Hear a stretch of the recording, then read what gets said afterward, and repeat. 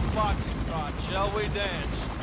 Apocalypse Now is a 1979 American epic war film produced and directed by Francis Ford Coppola.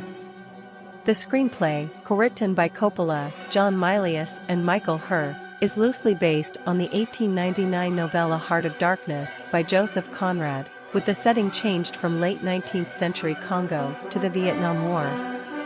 The film follows a river journey from South Vietnam into Cambodia undertaken by Captain Willard, who is on a secret mission to assassinate Colonel Kurtz, a renegade Special Forces officer who is accused of murder and presumed insane. Plot: Saigon, South Vietnam, late in 1969. U.S. Army Captain and Special Operations veteran Benjamin L. Willard, played by Martin Sheen, has returned to Saigon on another combat tour during the Vietnam War, casually admitting that he is unable to rejoin society in the USA and that his marriage has broken up. He drinks heavily, chain smokes, and hallucinates alone in his room, becoming very upset and injuring himself when he breaks a large mirror. One day, two military policemen arrive at Willard's Saigon apartment and, after cleaning him up, escort him to an officer's trailer where military intelligence officers Lieutenant General R. Corman, played by G. D. Spradlin, and Colonel Lucas, played by Harrison Ford, approach him with a top-secret assignment to follow the Nung River into the remote jungle, find rogue Special Forces Colonel Walter E. Kurtz, played by Marlon Brando, and terminate his command with extreme prejudice. Kurtz apparently went insane and now commands his own Montagnard troops inside neutral Cambodia. They play a recording of Kurtz's voice, captured by Army intelligence, where Kurtz rambles about the destruction of the war and a snail crawling on the edge of a straight razor. Willard is flown by helicopter to Cam Ranh Bay and joins a Navy PBR commanded by Chief Phillips, played by Albert Hall, and crewman Lance, Sam Bottoms, Chef, played by Frederick Forrest, and Mr. Clean, played by Lawrence Fishburne. Willard narrates that the crew are mostly young soldiers. Clean is only 17 and from the South Bronx, Lance is a famous surfer from California, and Chef is a chef from New Orleans. The chief is an experienced sailor who mentions that he'd previously brought another special operations soldier into the jungles of Vietnam on a similar mission and heard that the man committed suicide.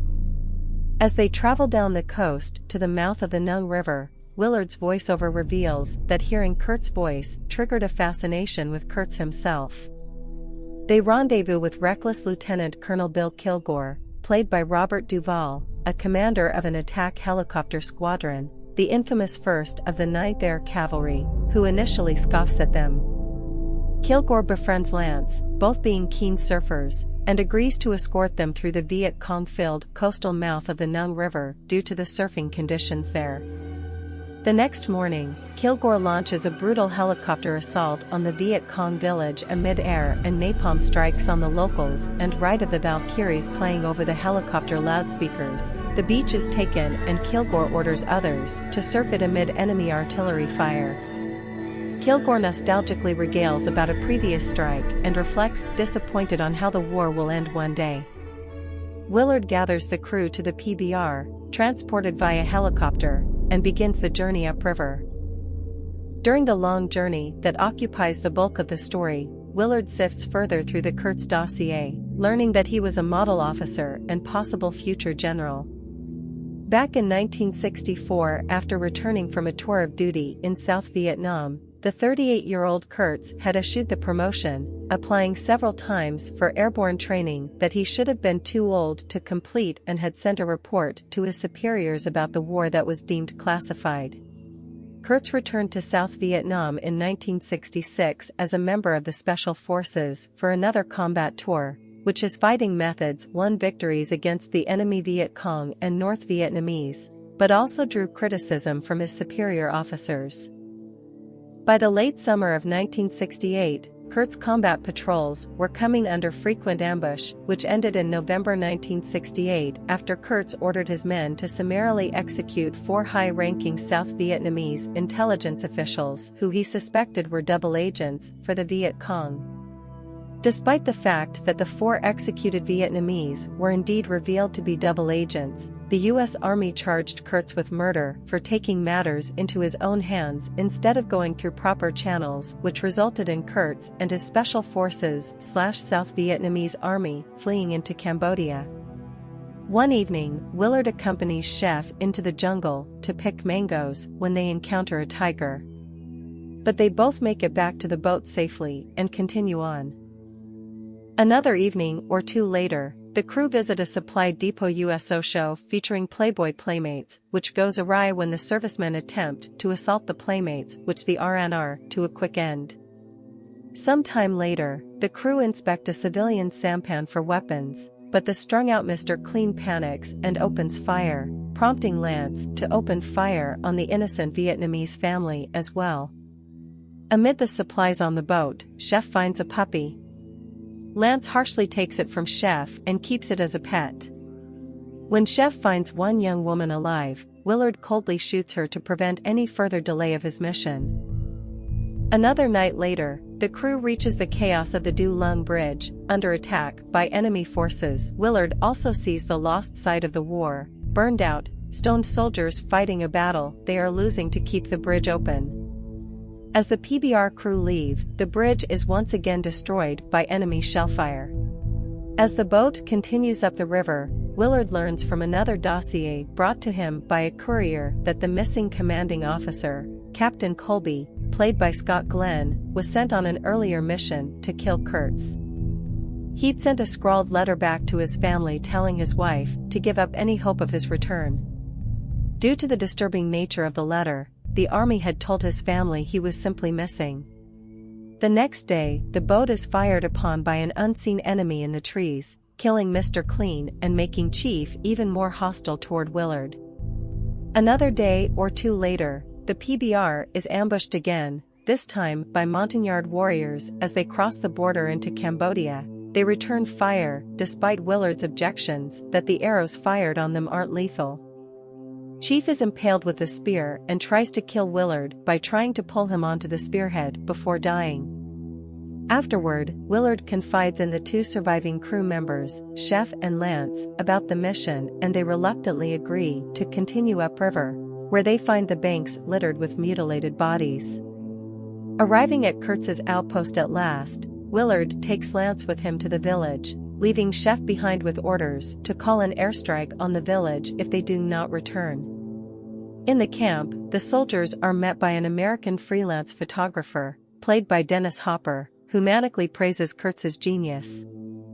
As they proceed, Willard and Lance see corpses and severed heads scattered about the temple that serves as Kurtz's living quarters and encounter Colby, who seems catatonic.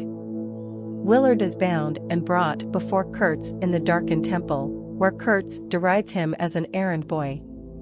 Meanwhile, Chef prepares to call in the airstrike but is kidnapped. Later imprisoned, Willard screams helplessly as Kurtz drops Chef's severed head into his lap. After some time, Willard is released and given the freedom of the compound. In another monologue sequence, the shadowy Kurtz lectures him on his theories of war, humanity, and civilization while praising the ruthlessness and dedication of the Viet Cong. Kurtz had reached his breaking point some years before when he'd led a mission to inoculate the children of a small village for polio. Soon after completing that mission, Kurtz's unit was called back by one of the villagers where he found that the Viet Cong had come and hacked off every child's arm that had been injected with the vaccine. Kurtz morbidly admires the vicious dedication of the Viet Cong and the will they had to foil the efforts of his unit to help the villagers. Kurtz believed that if he'd had a large legion of men who would go to such extremes that he could end the war itself. Near the end of their time together, Kurtz discusses his son and asks that Willard tell his son everything about him in the event of his death. That night, as the villagers ceremonially slaughter a water buffalo, Willard enters Kurtz's chamber as Kurtz is making a tape recording and attacks him with a machete. Lying mortally wounded on the ground, Kurtz whispers his final words, the horror, before dying. Willard discovers substantial typed work of Kurtz's writings and takes it with him before exiting. Willard descends the stairs from Kurtz's chamber and drops his weapon. The villagers do likewise and allow Willard to take the near catatonic Lance by the hand and lead him to the boat. The two of them ride away in the PBR downstream to find help and safety as the army tries to reach them on the shortwave radio. Willard turns off the radio. As Willard drives the boat away into the dark of the night jungle and in the pouring rain, the last words of Kurtz's the horror, echo in his mind. About the film. The film produced and directed by Francis Ford Coppola. The screenplay, co-written by Coppola, John Milius and Michael Herr, is loosely based on the 1899 novel Heart of Darkness by Joseph Conrad, which explores themes of imperialism and the human psyche. The film takes significant liberties with the source material, transporting the story to the Vietnam War era. The casting of Apocalypse Now includes several notable actors: Marlon Brando, Martin Sheen, Robert Duvall, Dennis Hopper, Lawrence Fishburne, Harrison Ford, Frederick Forrest, Sam Bottoms, Albert Hall, Cynthia Wood and Scott Glenn. Apocalypse Now underwent a tumultuous and challenging production process. The filming took place primarily in the Philippines, and director Francis Ford Coppola faced numerous obstacles, including unpredictable weather, production delays, and financial issues. The difficulties faced during the making of the film became legendary, often referred to as a hellish experience. Despite the challenges, Coppola and his team persevered and completed the film. The music and soundtrack of Apocalypse Now played a crucial role in enhancing the film's atmosphere and impact. The score was composed by Carmine Coppola and it incorporated various pieces of classical music, including Richard Wagner's Ride of the Valkyries. The soundtrack also featured popular songs from the era, such as The End by The Doors and Susie Q by Creedence Clearwater Revival. Apocalypse Now was initially released in the United States on August 15, 1979. The film had a production budget of approximately $31.5 million. Upon its initial release, Apocalypse Now performed well at the box office, grossing around $83.5 million worldwide. However, due to the film's extensive production and distribution costs, it did not generate significant profits during its initial theatrical run. The critical reception of Apocalypse Now was generally positive. The film was praised for its powerful storytelling, stunning visuals, and thought-provoking exploration of the Vietnam War and its effects on humanity.